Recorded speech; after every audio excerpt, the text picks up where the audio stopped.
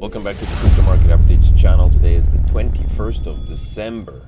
Alex Becker is not in today, but I'm sure he'll be back sometime later. In today's video, I'm going to talk about the differences between proof of stake and proof of work. If that's something that interests you, then make sure to smash up the likes on this video, subscribe to the channel, stick around till the very end so you don't miss any of the details and the very important differences between those two. And let's get started. All right, so essentially proof of work and proof of stake can be explained in a very short couple of paragraphs. So I took the liberty of making it a little bit more convoluted, a little bit more complicated, and add a bit more info, which hopefully will bring about some form of enlightenment to the viewer and help you understand the differences if they don't become clear within the first slide. Proof of work is a blockchain consensus mechanism in which computing power is used to verify cryptocurrency transactions and add them to the blockchain. Proof of stake is a cryptocurrency consensus mechanism for processing transactions and creating new blocks in a blockchain. Both of these slides were stolen from Investopedia. Thank you, Investopedia, for donating your resources. Both of these proofs of blockchain require a consensus mechanism, if you may have noticed,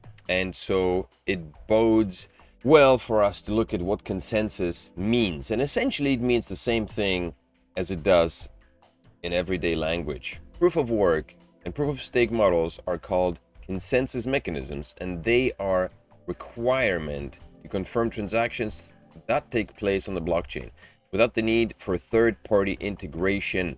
In layman's terms, no banks necessary. Proof of work was the first consensus mechanism in the crypto market dating back to 2009, the inception of Bitcoin. That's when the first Genesis block was mined. In order to understand what proof of work is, we need to first understand what a consensus mechanism is and why it is needed.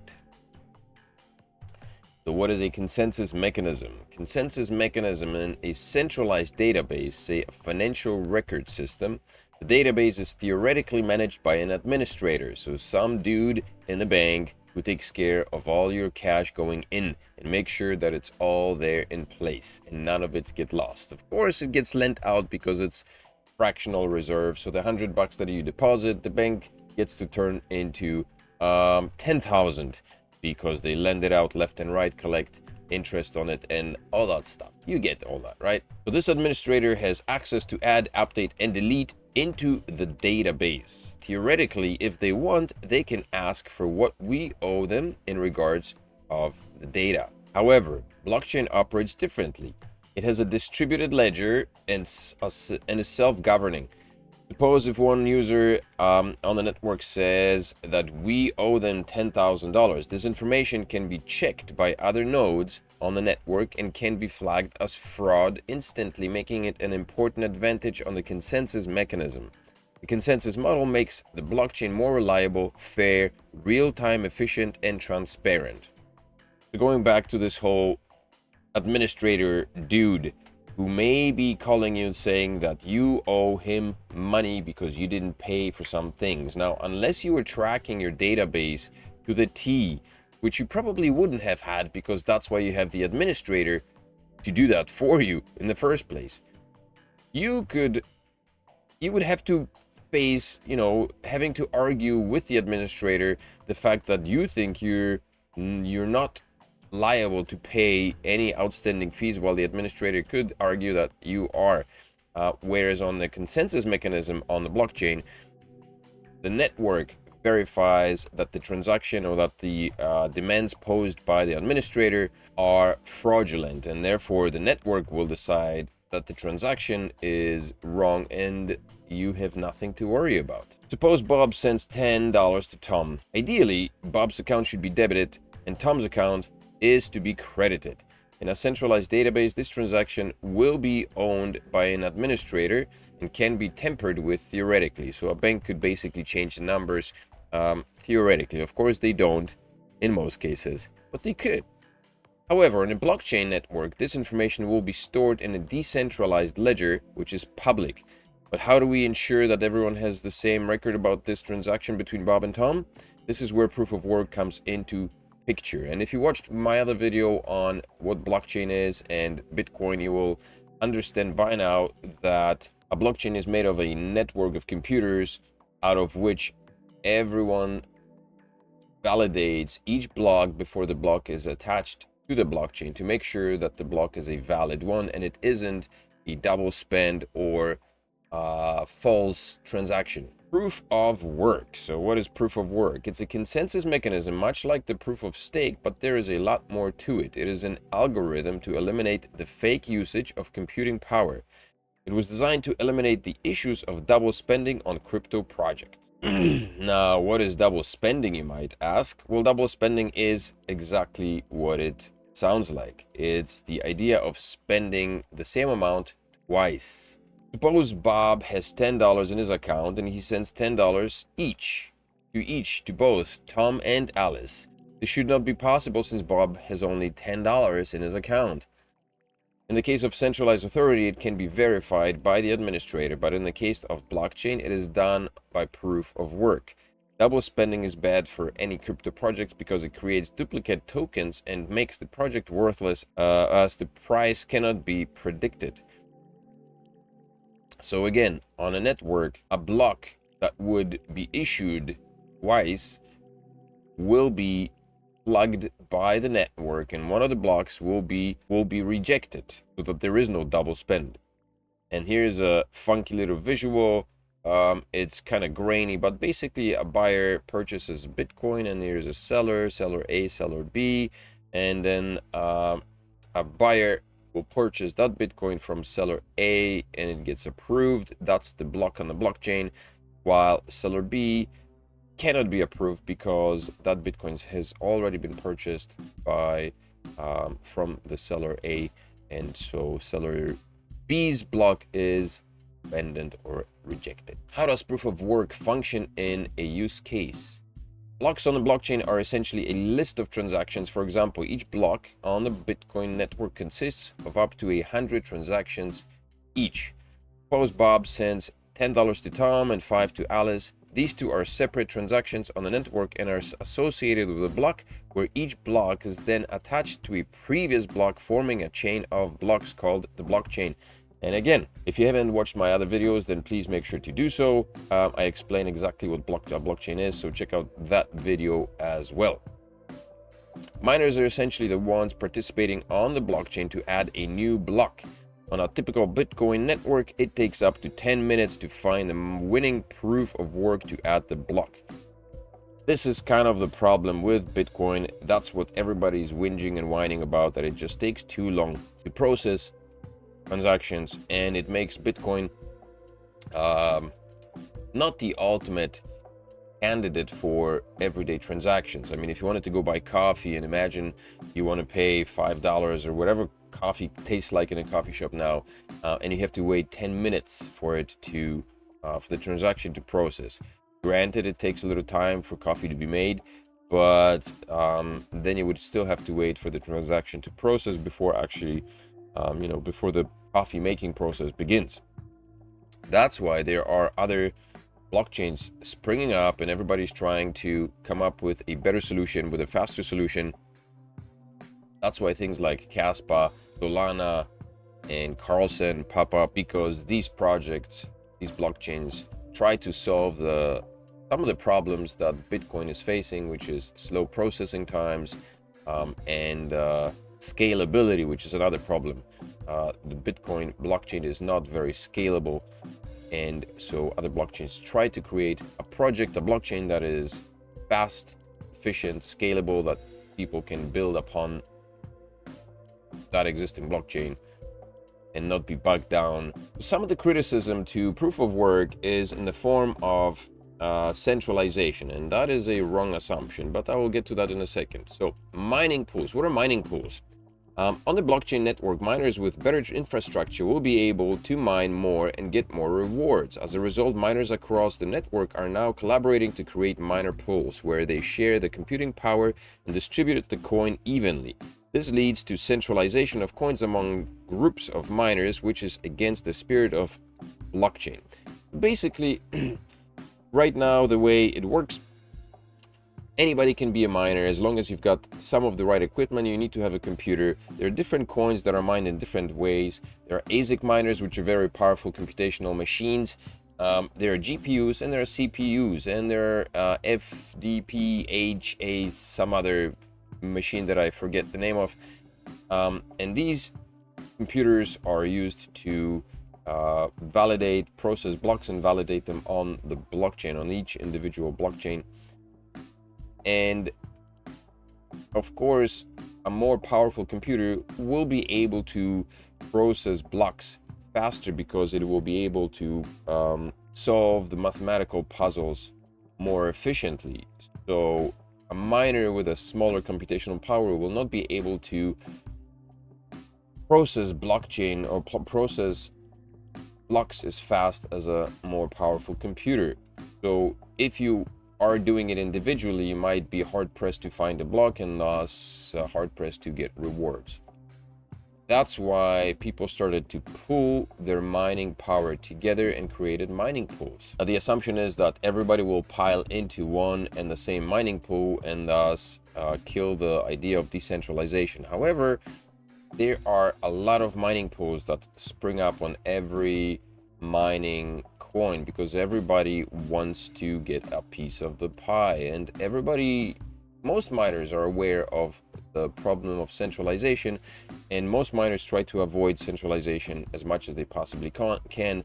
And in most cases, miners tend to distribute their mining power amongst other pools because they do know that, you know, a smaller pool will render an equal amount of revenue, of profits, as a larger pool when calculating it over longer periods of time. Let's go to proof of stake.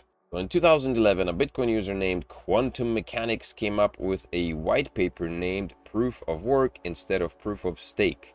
The idea was that miners on the network competing against each other is a waste of resources.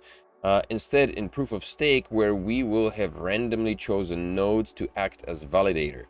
The term miner was replaced with validator, and the process of mining was replaced with minting or forging. And that's how proof of stake became. On the proof of stake, only a selected node mints the block. And so this is kind of a problem as well with the proof of stake, in that in most cases, the node with the most money on it is more likely to receive the block to be validated, which in essence kind of favors the rich. And the argument is that proof of work also favors the rich because the more powerful computers you have, the more you can make. But again, that's when where mining pools come in, where smaller miners can join in with larger miners. And despite the fact that small miners do not find blocks individually, they will still receive a share of the overall mining pool simply by contributing their computational power to that pool. Validators against miners. Validators aren't exactly randomly chosen. Rather, nodes have to deposit certain tokens to the network as a stake. One can think of these deposits as security deposits. The size of the deposit determines the chance that the nodes have in order to forge the next block. On the Ethereum network right now, which is now a proof of stake blockchain, the validator node costs 32 Ethereum, which is about 65,000 US dollars right now. I think Ethereum is at $2,200, so it's about 64 plus or minus $1,000, which is not a small sum to become a validator.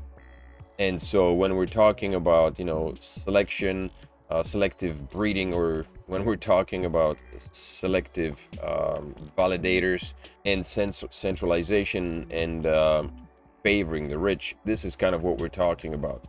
Proof of stake can fall victim to that idea that those with money will be able to collect more profits. Suppose Bob deposits $10 and Alice deposits $100. In that case, Alice will have a 10 times higher chance of forging the next block into the blockchain, and the chance versus deposit is a linear graph in such a case. This does seem that proof of stake favors the rich. However, in the economy of scale, in proof of work, it favors the rich even more. It is incorrect. For example, say 1 kilowatt equals $1, however 1000 kilowatt equals $800. So on scale, proof of work starts favoring the rich even more. But again, this assumption is incorrect, as in proof of work, the reward is a percentage of the work contributed to the blockchain. The higher the contribution, the higher the percentage of reward. This is where mining pools have been proven to be a small miners can participate in large pools without having to invest massive amounts of money into building their own mining farms, and still benefit from the mining pool's ability to find mining blocks on the blockchain. So again, if a miner is unable to scale their mining rig or mining farm to the size that will be sufficient enough to mine a block individually, they can join a mining pool and simply contribute their computational power to a larger mining pool and still receive rewards for something that they would not have been able to receive rewards for otherwise. How proof of stake works. Once a node is chosen to validate the transactions in the block, the node validates it and then adds the block to the blockchain. As a result of this validation, validators receive fees associated with the transaction fees of the transactions inside the block. During proof of work, the miners are rewarded with the blocks, with what they mine. So in case of Bitcoin or in case of Meowcoin, my reward is the Meow coins that I mine on the blockchain. In the proof of stake, however, the validators receive fees from the transactions that are conducted on the blockchain. So if Bob sends $10 and I am the validator of that block, Bob will have to pay me a small percentage of gas fees in addition to his $10, which means that Bob may have to actually spend $11 on the transaction, because a small percentage of his transaction goes towards the validator, aka me, for validating his block. How can we trust validators on the network?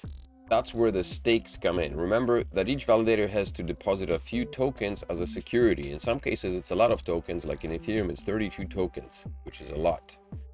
Now, suppose if validators validates the fraudulent transaction, then they lose part of the stake deposited to the network. So if the value of the stake is higher than the value of the transaction is validated, validators would lose more than they validated for a fraudulent transaction.